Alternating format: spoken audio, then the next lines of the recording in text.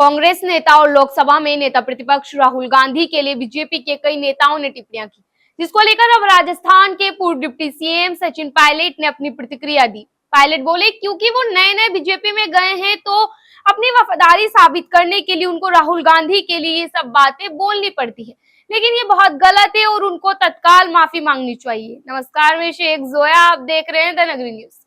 दरअसल 17 सितंबर को पायलट दौसा पहुंचे। इस दौरान मीडिया से बात करते हुए पायलट बोले, रवनीत सिंह बिट्टू को माफी मांगनी चाहिए, उनके दल को माफी मांगनी चाहिए, क्योंकि वो केंद्रीय मंत्री हैं, इसलिए भारत सरकार को माफी मांगनी चाहिए। साथ ही शिवसेना और भारतीय जनता पार्टी के दो नेताओं के जरिए राहुल गांधी के खिलाफ की गई टिप्पणियों का जिक्र करते हुए पायलट बोले, मैं मानता हूं कि जितना आप कांग्रेस पार्टी को कोसेंगे, राहुल गांधी को गालियां देंगे, उतना ही अधिक मजबूत होकर हम आगे निकलेंगे। सुनिए पायलट क्या कुछ बोले।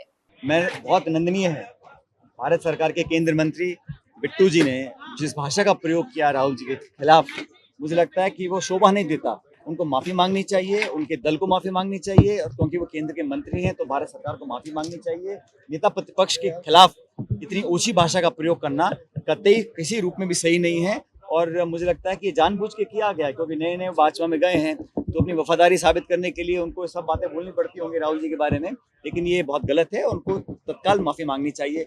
उसके बाद एक शिवसेना के विधायक हैं, उन्होंने राहुल जी को धमकी दी है।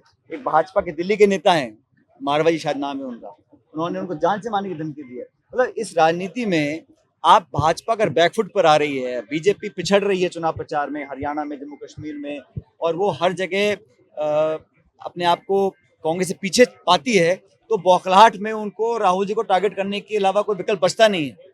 तो मुझे लगता है कि ये तो कहीं ना कहीं उनके अंदर जो राजनीतिक कमजोरी आई है 2024 4 जून के चुनाव के परिणाम के बाद, कि बैसाखियों पे सरकार को वो चला रहे हैं, तो अपनी भड़ास निकालने के लिए नेताओं को बोला गया है कि राहुल जी को भला बुरा कहो। लेकिन मैं मानता हूं जितना आप कांग्रेस पार्टी को कोसोगे, राहुल गांधी जी को गालियां दोगे, उनको कोसोगे, उतना हम मजबूत होकर आगे निकलेंगे। अपने संकल्प में, अपनी दिशा में हम बदलाव नहीं रखेंगे। संसद के अंदर, संसद के बाहर जवाबदेही तय करेंगे। हरियाणा में हमारी एक तरफा हवा चल रही है, पूरे बहुमत के साथ सरकार हम लोग बनाएंगे। इंडिया लाइन की सरकार बनेगी जम्मू कश्मीर के अंदर, और जिन दो राज्यों में केंद्र सरकार चुनाव नहीं कराना चाहती थी वहां भी चुनाव होंगे, झारखंड, महाराष्ट्र, दोनों जगह कांग्रेस और इंडिया अलायंस की सरकार बनेगी। वहीं बीजेपी पर निशाना साधते हुए पायलट बोले, सरकार पूरी तरह फेल है, कानून व्यवस्था चरमरा गई है। कई सारे सत्ता के बाद केंद्र बन गए हैं, कौन सरकार में है कौन नहीं है इस बात पर असमंजस है। संगठन कुछ बोलता है, सरकार कुछ बोलती है। ऐसे तमाम और खबरों के लिए देखते रहिए द नगरी न्यूज। शुक्रिया।